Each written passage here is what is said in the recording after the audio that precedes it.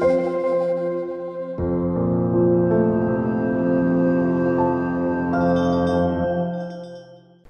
మగవాళ్ళు కానీ ఆడవాళ్ళు కానీ అంటే ఆ సెక్స్లో తృప్తి పొందడం అంటే ఆ ఫైనల్ పాయింట్ని రీచ్ అవ్వడం అనేది అది డిఫరెంట్గా ఉంటుంది. అంటే వాళ్ళు ఆర్గాస్మిక్ టైం అంటాం, అంటే ఎంత టైంలో వాళ్ళు ఆర్గజం పొందుతారు అంటే ఆ పీక్ పాయింట్కి వెళ్తారు అన్నది మగవాళ్ళలో కానీ ఆడవాళ్ళలో కానీ డిఫరెంట్గా ఉంటుంది. ఇప్పుడు ఆడవాళ్ళలో కేవలం సెక్స్ చేయడం వల్ల అంటే పెనట్రేటివ్ సెక్స్ అంటే పెనిస్ లోపల వెజనలో పెట్టి స్ట్రోక్ చేయడం వల్లనే చాలామందికి ప్లెజర్ వస్తుంది అంటే తప్పు. ఈవెన్ చాలామంది ఆడవాళ్ళు కూడా దీనికి ఒప్పుకోరు. వాళ్ళకు ఫస్ట్ ఆ ప్రాపర్గా ఉద్రేకం పొందాలి అంటే ఫోర్ ప్లేలో ఎక్కువ టైం స్పెండ్ చేయాలి. అంటే వాళ్ళు ఫోర్ ప్లేలో ఎక్కువ టైం స్పెండ్ చేసి యాక్చువల్ సెక్స్లో తక్కువ టైం స్పెండ్ చేసినా కూడా ఆడవాళ్ళకు ఆర్గజం అనేది వస్తుంది. సో కాకపోతే ఏమవుతుంది అంటే ఒకవేళ మగవాళ్ళు ఎక్కువసేపు చేయలేనప్పుడు అంటే ఫోర్ ప్లేలో ఎక్కువ పార్టిసిపేట్ చేయనప్పుడు అప్పుడు వాళ్ళకు వెజనల్ అంటే మసాజ్ కానీ ఫింగరింగ్ అంటాం కానీ వీటి వల్ల కొంచెం వాళ్ళకు ఆర్గజం అనేది పొందడానికి ఆస్కారం ఉంటుంది.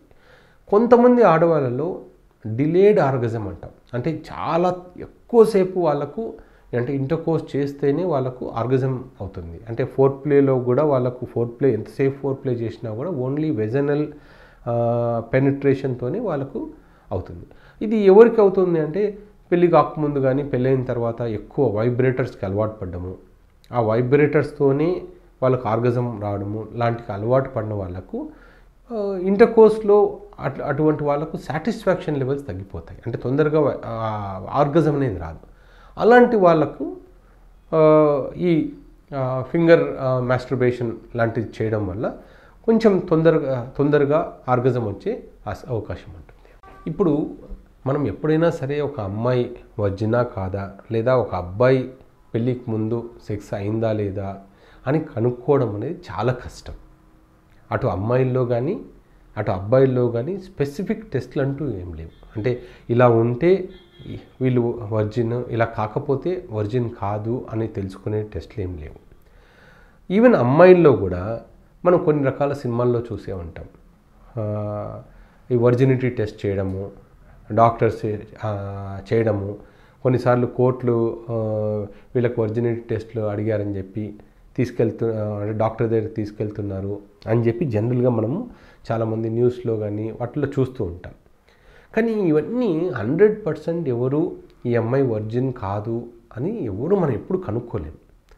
కేవలం ఆ టైంలో లోపల ఏదైనా సిమినల్ శాంపుల్స్ కానీ వెజైనా లోపల ఏదైనా కట్స్ కానీ అంటే ఫోర్స్ఫుల్గా ఇంటర్కోర్స్ జరిగినప్పుడు ఏదైనా కట్ అవ్వడం కానీ లోపల ఏదైనా ఇంజురీ అవ్వడం వల్ల కానీ వాటిని బేస్ చేసుకొని వర్జిన్ కాదు అని చెప్పగలుగుతాం మేము తప్ప, నార్మల్గా ఇంతకుముందు ఉన్నట్లు ఫస్ట్ నైట్లోనే ఈ హైమన్ అనేది టేర్ అవ్వాలి, అలా టేర్ అయితేనే ఆ అమ్మాయి వర్జిను, టేర్ కాకపోతే వర్జిన్ కాదు అని చెప్పే రోజులు పోయాయి. ఎందుకంటే అమ్మాయిలు కూడా ఈ మధ్యకాలంలో స్పోర్ట్స్లోను గేమ్స్లోను వాళ్ళు రాణిస్తున్నారు. సో ఎప్పుడో చిన్నప్పుడు ఆడుకునేటప్పుడు కానీ ఈ స్పోర్ట్స్లో ఉన్నప్పుడు కానీ జనరల్గా హైమన్ అనేది అదంతకదే కొంచెం టేర్ అవుతుంది. సో ఆటోమేటిక్గా టేర్ అయినంత మాత్రాన వర్జినిటీ పోయినట్టు కాదు, వాళ్ళు వర్జిన్స్ కాదు అని చెప్పడానికి ఏం లేదు. సో అది వర్జినిటీ టెస్ట్లో ఇదొక ప్రామాణికం అనేది కాదు. సేమ్ అలాగే అబ్బాయిల్లో కూడా వీళ్ళు వర్జినా కాదా అని చెప్పడానికి ఎటువంటి టెస్టులు లేవు.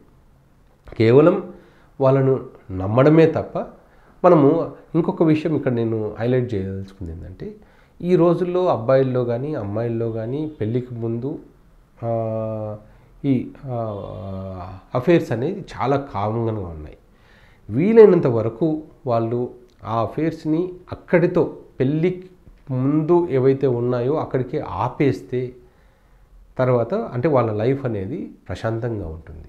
చాలామందికి ఎక్కడ ప్రాబ్లమ్స్ వస్తున్నాయంటే, ఇప్పుడు అది జనరల్గా అబ్బాయిలు కానీ అమ్మాయిలు కానీ వాళ్ళ ప్రీవియస్ సెక్స్ లైఫ్ గురించి జనరల్గా అడగకూడదు.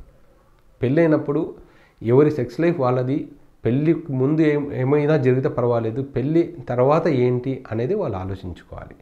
ఎప్పుడైతే ఈ ప్రీవియస్ సెక్స్ లైఫ్ గురించి క్వశ్చన్స్ అడగడం మొదలు పెడతారో, ఎప్పుడైతే వాళ్ళకి ఆన్సర్స్ తెలుస్తాయో అప్పుడే వాళ్ళకు ఒక ఇన్సెక్యూరిటీ స్టార్ట్ అయిపోతుంది. ఓహో, ఇంతకుముందు ఉంది కాబట్టి వాళ్ళు మళ్ళీ కలుస్తున్నారేమో, మళ్ళీ వాళ్ళ మధ్య అఫేర్ ఉందేమో అన్న ఇన్సెక్యూరిటీ స్టార్ట్ అవుతుంది. సో అందుకనే నేను కపుల్స్కి నేను ఇచ్చే సలహా ఏంటంటే, పెళ్ళికి ముందు ఎన్నైనా అఫేర్స్ ఉన్నివ్వండి, అది అక్కడితో మర్చిపోవాలి, అవి ముందుకు క్యారీ చేయకూడదు.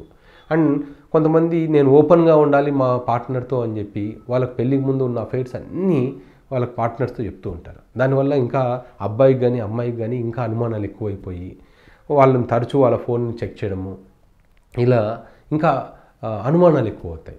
వీలైనంత వరకు ప్రీవియస్ సెక్స్ లైఫ్ గురించి పార్ట్నర్స్తో డిస్కస్ చేయొద్దండి, తెలుసుకోవాలని ప్రయత్నం కూడా చేయొద్దండి, అంతే.